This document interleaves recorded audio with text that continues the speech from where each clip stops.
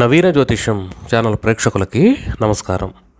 ఈ వీడియోలో మనం వృశ్చిక లగ్నంలో జన్మించినటువంటి వాళ్ళకి 2025 సంవత్సరం ఏ విధమైనటువంటి ఫలితాలను సూచిస్తుందో మనం డీటెయిల్డ్గా తెలుసుకోబోతూ ఉన్నాం. ఇంతకు ముందులాగా నేను ఈ వీడియోలో ఏ గ్రహాలు ఏ హౌసెస్లో ఉంటాయి, ఎప్పుడెప్పుడు మారుతూ ఉంటాయి, ముందుకు నడుస్తాయా వెనక్కి నడుస్తాయా, ఇలా ఈ క్యాలిక్యులేషన్ పార్ట్ అంతా కూడా తీసేస్తూ ఉన్నాను. ఎందుకంటే వీడియో లెంగ్త్ అనేది పెరుగుతూ ఉంది. మీరు కూడా ఫలితాల మీదే ఆసక్తిగా ఉన్న కారణం చేత సూటిగా ఫలితాలు మాత్రమే చెబుతూ ఉన్నాను. ఇక ఈ సంవత్సరం మీకు చాలా వరకు అనుకూలమైనటువంటి ఫలితాలని సూచిస్తూ ఉంది.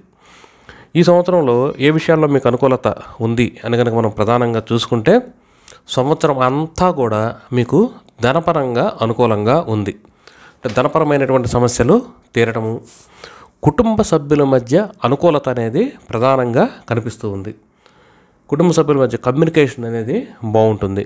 ఎవరైతే కుటుంబంలో నుంచి విడిగా జీవిస్తూ ఉన్నారో వాళ్ళందరూ కూడా, అంటే విడిగా జీవిస్తున్నారంటే అది గొడవల వల్ల కానీ ఇంకో వల్ల కానీ, లేకపోతే ఉద్యోగరీత్యా మీరు దూరంగా ఉన్నారో వాళ్ళందరూ కూడా కలిసి కుటుంబం యొక్క ఆదర అభిమానాలు, ఆప్యాయత ఎక్కువగా ఉండే విధంగా ఈ సంవత్సరం అనేది ఫలితాలు కనిపిస్తూ ఉంది.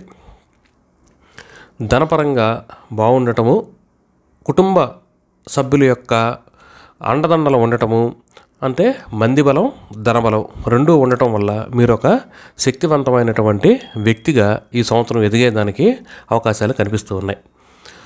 ఇక ఇదే విధంగా సంవత్సరం అంతా కూడా ఉన్నత విద్య చదివేటటువంటి వాళ్ళకి, అంటే డిగ్రీ ఆ పైన చదివేటటువంటి విద్యార్థులకి అద్భుతమైనటువంటి ఫలితాలు వస్తూ ఉన్నాయి.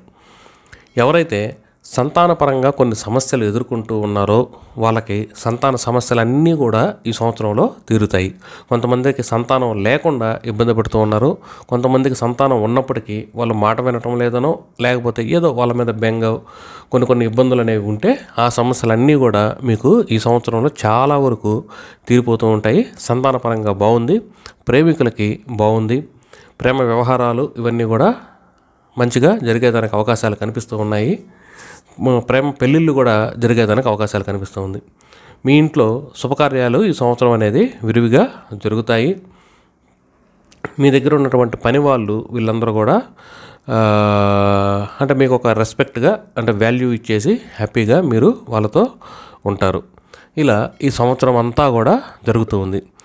ఇక 3 సమయాలు ఉన్నాయి. అది ఏంటంటే, ఈ సంవత్సరం 1వ తారీఖు నుంచి, అంటే జనవరి 1వ తారీఖు నుంచి 4వ తారీఖు ఫిబ్రవరి వరకు, తర్వాత 10వ తారీఖు మే నుంచి 5వ తారీఖు జూలై మధ్య, చివరగా 27వ తారీఖు ఆగస్టు నుంచి 17వ తారీఖు నవంబర్ మధ్య, ఈ 3 సమయాల్లో మీకు లగ్నబలం అనేది పుష్కలంగా ఉంది.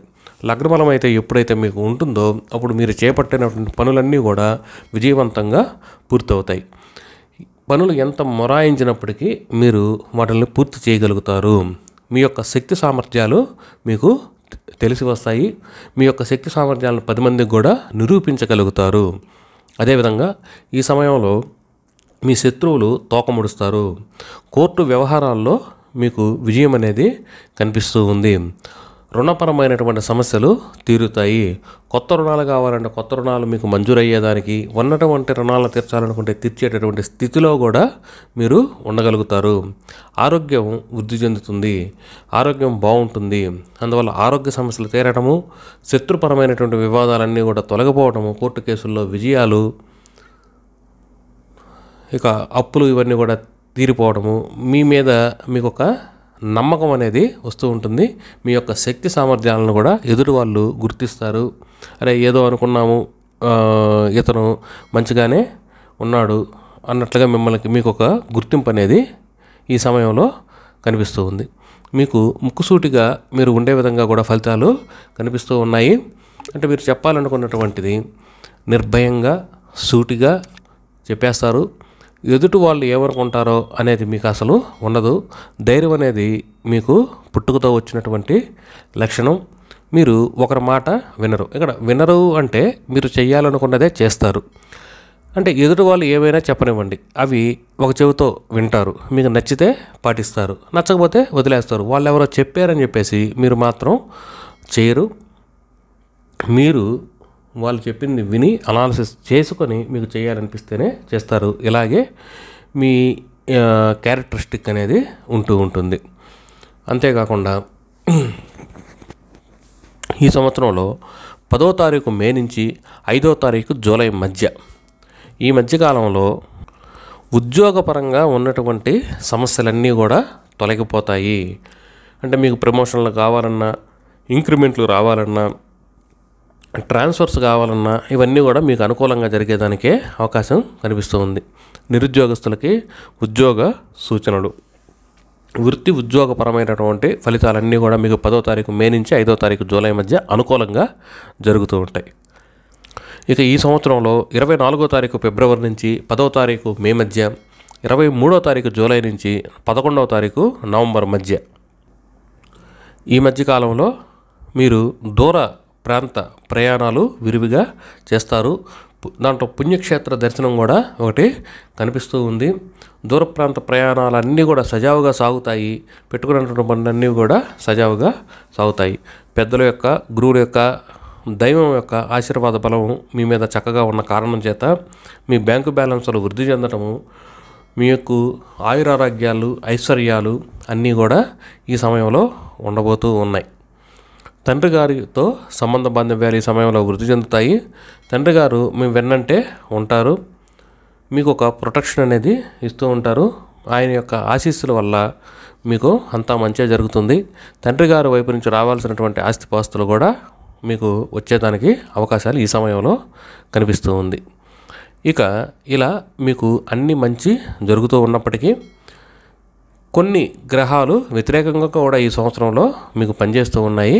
ఆ ఫలితాలు కూడా క్లుప్తంగా చెప్పుకొని, అంటే ఈ విషయాల్లో మీరు కాస్త జాగ్రత్తలు తీసుకోవాలని చెప్పేసి ఒక సందేశాన్ని ఇవ్వదలుచుకున్నాను. అవి ఏంటి అంటే,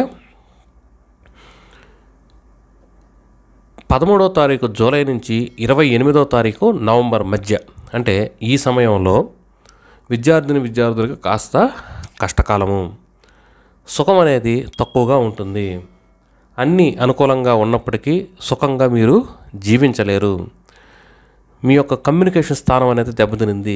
ఈ సమయంలో మీరు ఎక్కడ వాదోపవాదాలకు కానీ లేకపోతే చర్చా కార్యక్రమాల్లో కానీ పాల్గొంటే ఇబ్బందులు అనేవి మీకు వచ్చేదానికి అవకాశాలు కనిపిస్తూ ఉన్నాయి. మాట్లాడేటప్పుడు చాలా జాగ్రత్తగా ఆచితూచి మాట్లాడండి. అగ్రిమెంట్ల మీద వీటి మీద సంతకాలు పెట్టేటప్పుడు కూడా కాస్త అలర్ట్గా ఉండాలి. క్రీడాకారులకు మాత్రం ఈ సమయం అనేది ఏమాత్రము అనుకూలంగా లేదు.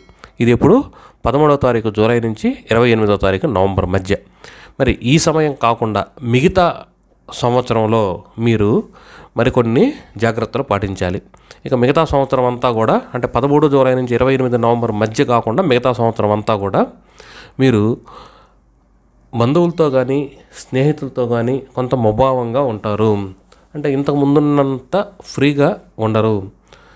కమ్యూనికేషన్ అనేది వాళ్ళతో కాస్త తక్కువగా కనిపిస్తూ ఉంది. లాభాలు కూడా ఈ సమయంలో మీరు ఊహించినంత రాదు. లాభాలు తగ్గటము, ఖర్చులు పెరగటము మీకు కాస్త ఇబ్బందులకి గురి చేస్తూ ఉంది. విదేశీయాన ప్రయాణాలకి కాస్త వ్యతిరేకమైనటువంటి సమయం అనేది ఇది కనిపిస్తూ ఉంది. హాస్పిటల్ ఖర్చులు కూడా కనిపిస్తూ ఉంది. విదేశాల్లో ఎవరైతే స్థిరపడి ఉన్నారో వాళ్ళకు కూడా కాస్త వ్యతిరేకమైనటువంటి ఫలితాలు వస్తూ ఉన్నాయి. భార్యాభర్తల మధ్య మనస్పర్ధలు కూడా సూచిస్తూ ఉంది. వ్యాపారస్తులకి అంతంత మాత్రంగానే ఉంటుంది. ఇక మీ యొక్క పేరు ప్రఖ్యాతులు దెబ్బతింటము, మీరు ఏదైతే ఒక ప్రణాళిక వేసుకున్నారో ఆ ప్రణాళిక బద్ధంగా పనులు అనేవి జరగకపోవటము, కొన్ని వైలేషన్స్ జరగటము, మీరు ఊహించింది ఒకటైతే ఇంకోటి జరగటము, మీ పేరు ప్రఖ్యాతులు కొంచెం తగ్గటము, అసంకల్పిత ధన నష్టము లేదా వ్యవహార నష్టము అనేది కనిపిస్తూ ఉంది. మొత్తం మీద కాస్త ఈ విషయాల్లో జాగ్రత్తగా ఉండాలి. ఇక ఈ సమస్యల నుంచి మీరు కనుక బయటపడాలి అనుకుంటే మీరు శనికి, శుక్రునికి, బుధునికి ఈ 3 గ్రహాలకి రెమెడీస్ చేసుకుంటూ ఉంటే సరిపోతాయి. అయితే ఈ వీడియోలో నేను చెప్పినటువంటివి ఈ యొక్క వృశ్చిక లగ్నంలో జన్మించినటువంటి వాళ్ళకి అందరికీ కూడా కంబైన్గా ఏమైతే ఫలితాలు వస్తూ ఉన్నాయో ఆ ఫలితాలు మాత్రమే చెప్పాము. ఇక్కడ మీ యొక్క వ్యక్తిగత జాతకం అనేది చెప్పలేదు. వ్యక్తిగత జాతకం కనుక చెప్తే వ్యక్తిగత జాతకాన్ని అనుసరించి ఇంకొంచెం ఎఫెక్టివ్గా కూడా ఫలితాలు చెప్పేటటువంటి వీలనేది ఉంటుంది. మరి ఒక మంచి వీడియోలో మనం అతి త్వరలో కలుసుకుందాం. అప్పటి వరకు సెలవు. నమస్కారం.